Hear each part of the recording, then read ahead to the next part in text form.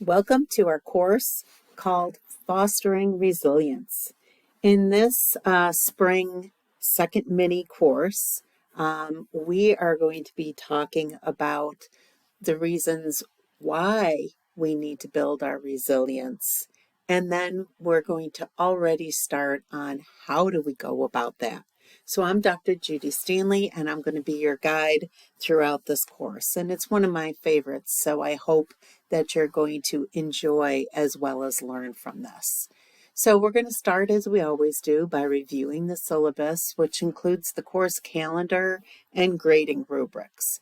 Our goal for this course, the overall goal, is for the nurse leader to move towards resilience and well-being, both at the individual and at the organizational levels. So, and why do we do that? Because we know that building resilience in nurse leaders and nurses and healthcare providers is essential in preventing burnout, depression, moral distress, etc. So, resiliency is defined as the ability to positively adapt to difficult and stressful situations. And we're going to look at the practice, this learning unit of attitude breathing and three good things, as well as some of the research on building resiliency and burnout. So we're going to end this unit by starting our own three good things practice. So what we're going to be doing is you're watching this welcome video, or you're going to review the course syllabus, and you're going to sign off on the syllabus that you understood all parts of it. And if you don't, I am here. Just reach out to me and my instructor contact information by phone. We can Zoom, email, whatever works best for you. And I have my office hours posted under instructor information or contact information. Yeah, please know, I know you're working professionals, and if there is a need for you to have a Zoom with me or talk with me on the phone in the evenings or a different time, just let me know. We'll work it out. So you're going to review that syllabus. Everything that for this course is within that syllabus, but as always, we'll take it one step at a time. And for learning unit number 1, you're going to review some information in some of the folders. So let's go on. Here's, if you click on, that's a course link. It's the same information as found on the assignment tab, on the syllabus tab, but I have it available to you here so you don't have to be clicking all over the place. So syllabus and then syllabus sign off. There's a folder of why we need a course in resilience for nurse leaders. And there's a few things within it. First of all, it's a brand new survey. It's the American Nurses Foundation survey on the mental health and well-being of nurses. So before you start it, read these 3 questions, and then you can see how you compare. Here is just, you don't have to click on, it's just an item that defines burnout according to the World Health Organization, and especially the 3 main domains or dimensions of burnout. And the last is the American Association of Critical Care Nurses. They have a wonderful leadership podcast. So if you look for American Association of Critical Care Nurses Leadership Podcast, there's lots of really good podcasts. And this is one about burnout being a problem even for leaders. So some basic information about why we even have a course in resilience. But then we're not going to spend that much time in that. We are going to start by how are we going to build our resilience? We're going to start by reading just a one-pager, Pearls of Wisdom by Dr. Rachel Naomi Raymond. And as you might know if you've had me in another course, Dr. Raymond she's an older physician. She is a holistic, integrative medical pioneer. She, as a physician of probably over 50 years, she speaks about her own experience as a teenager when she developed Crohn's and almost died when she was hospitalized. And so she has suffered, truly suffered from Crohn's for over 60 years. But she is an amazing physician and has been an amazing physician and healer, but she's a great storyteller. So this comes from a book that she wrote way back in, I think, 2000. So it's very old, but she is just very insightful and very wise. So then we're also in this learning unit going to be introduced to the practice of 3 good things, but that's going to be in a separate folder. And then we're going to start our practice with that. I'll tell you more in a minute. Now, going forward, we are going to build our resilience using our heart rate variability biofeedback equipment. You were notified on 2 occasions, so I hope everybody has their HeartMath Institute equipment called the Inner Balance. We are going to start that in learning unit number 2. I just wanted to give you the heads up. And we're going to experience and learn about different ways to build our own resilience so that we can teach the nurses that we lead and the patients that we serve. So when you click into this is already the information by Dr. Rachel Naomi Raymond. But then this is going to be a major assignment and it'll take a total of 30 minutes. So it's not going to be overwhelming, but your discussion board post will be, 3 of the questions will be very similar. So you have to sign up for this 2-part video course from HeartMath Institute by clicking on here. It asks you for very basic information, I think just name and email.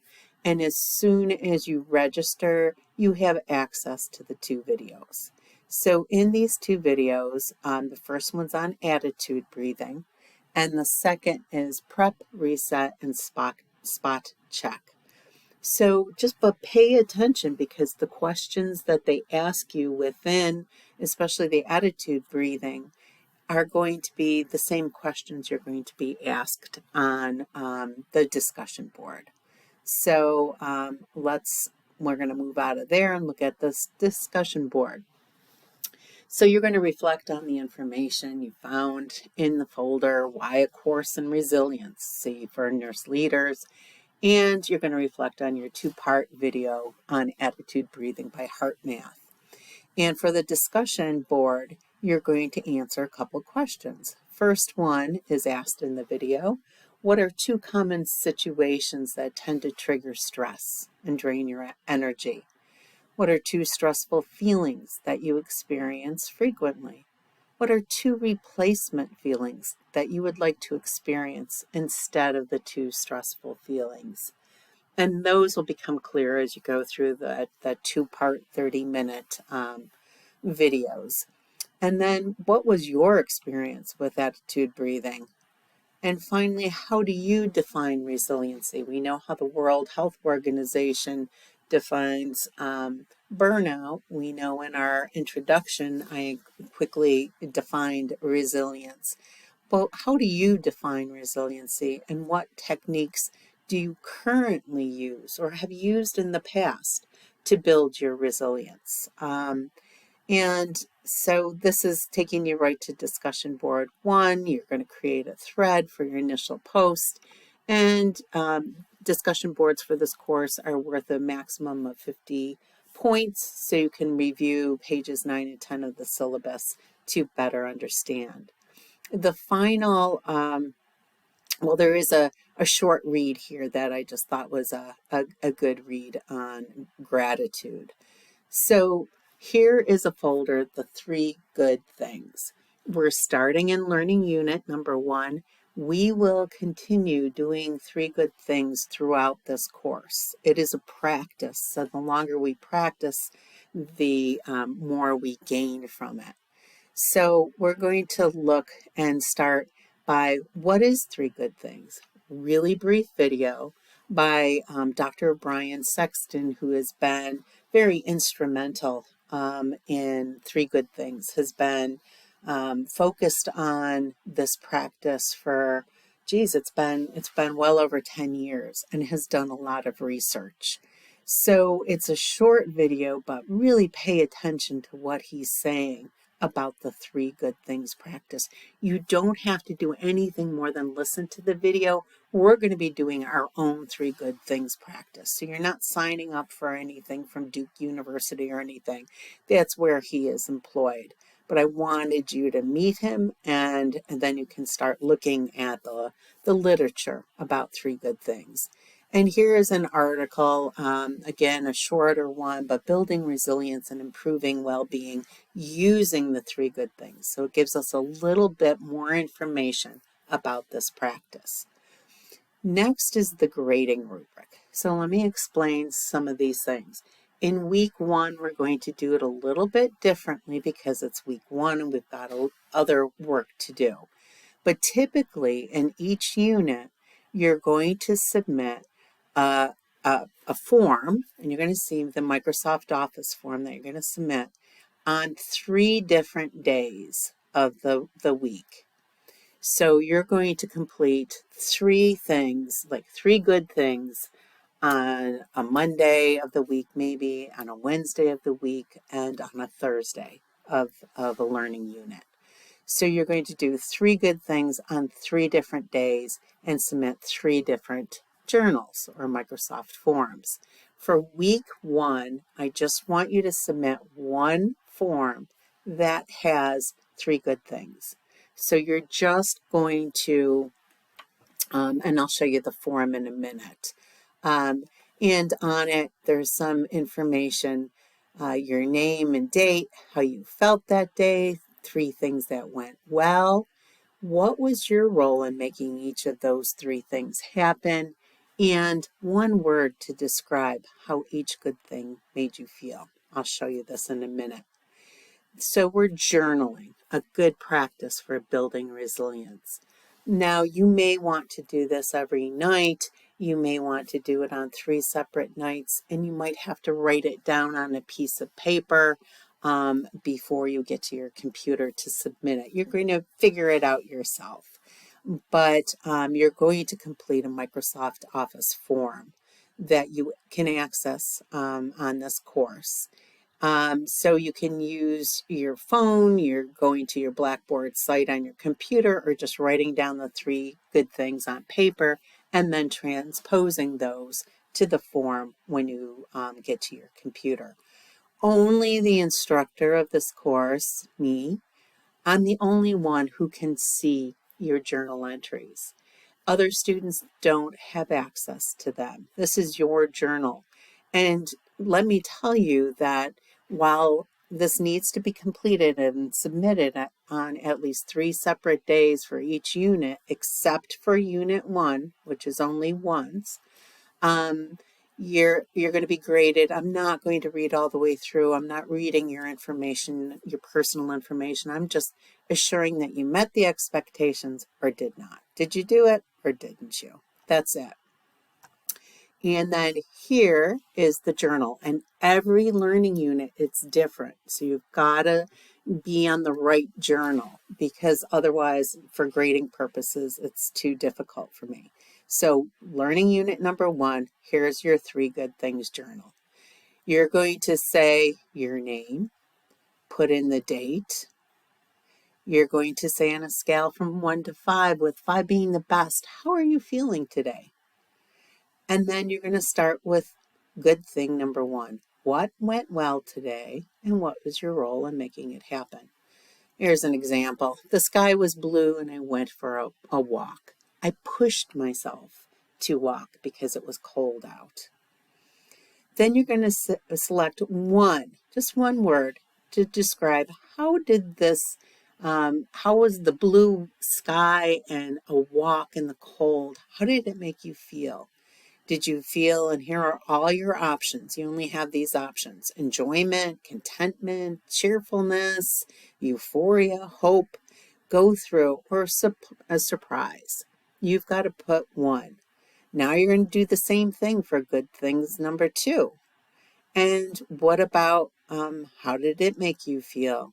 And then good things number three. So until another good thing that happened that day, how it made you feel. And if you want, and I do highly recommend that you hit this email receipt, because sometimes people get confused if they've completed all or whatever, is send yourself an email receipt of your responses, click submit. It goes to me. And that's it for our learning unit number one.